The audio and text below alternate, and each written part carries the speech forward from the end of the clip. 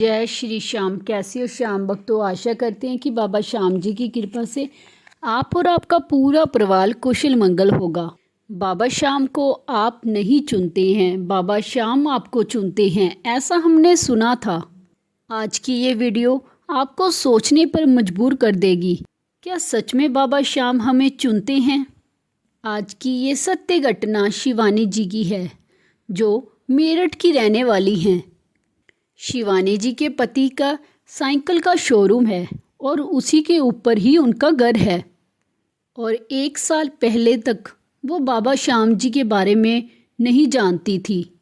एक दिन उनकी एक सहेली ने, जो गाजियाबाद में रहती है, उन्होंने एक दिन अपने घर में बाबा श्याम जी का कीर्तन कराया और वहाँ पर शिवानी जी को भी इनवाइट किया।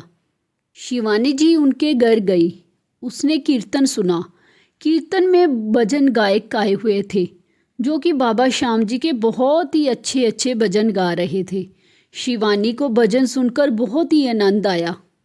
शिवानी जी को ऐसे महसूस हो रहा था कि जैसे वो किसी के साथ कनेक्ट हो रही हैं, और भावुक होके उनकी आंखों में से आंसू बहने लगे। उन्हें कोई दुख नहीं था, पर उन्हें नहीं पता चल रहा था कि उनकी आंखों से आंसू क्यों आ रहे हैं। जब वो गाजियाबाद से अपने घर मेरठ में गई तो वो जय श्री श्याम ओम श्री श्याम देवाय नमः का जाप करती रही। जब भी वो खाना बनाती घर में तो जय श्री श्याम जी का पाठ करती।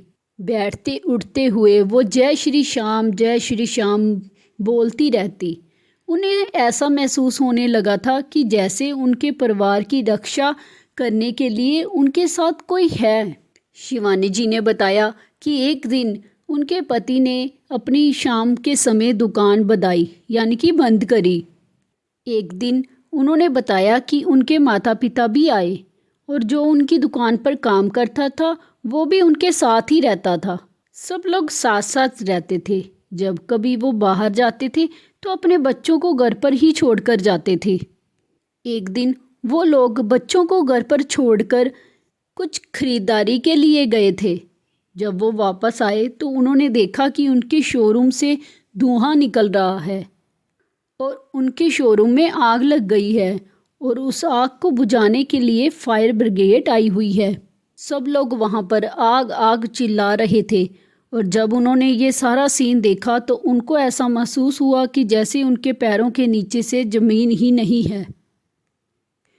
शिवानी जी ने उसी समय बाबा श्याम जी का सिमरन किया और मन में ही कहने लगी कि बाबा श्याम जी, अगर आप हैं तो मेरे माता पिता और मेरे बच्चों और रामू को कुछ नहीं होने देना। फिर वो भागकर उस साइड गई। जब उसने देखा कि आग बहुत फैली हुई है और धुआं बहुत ज़्यादा है, ना ही कोई अंदर जा सकता था और ना ही कोई अंदर से बाहर आ सकता था। पड़ोस में ही एक शोरूम था जिनकी छत उनके छत के साथ मिली हुई थी।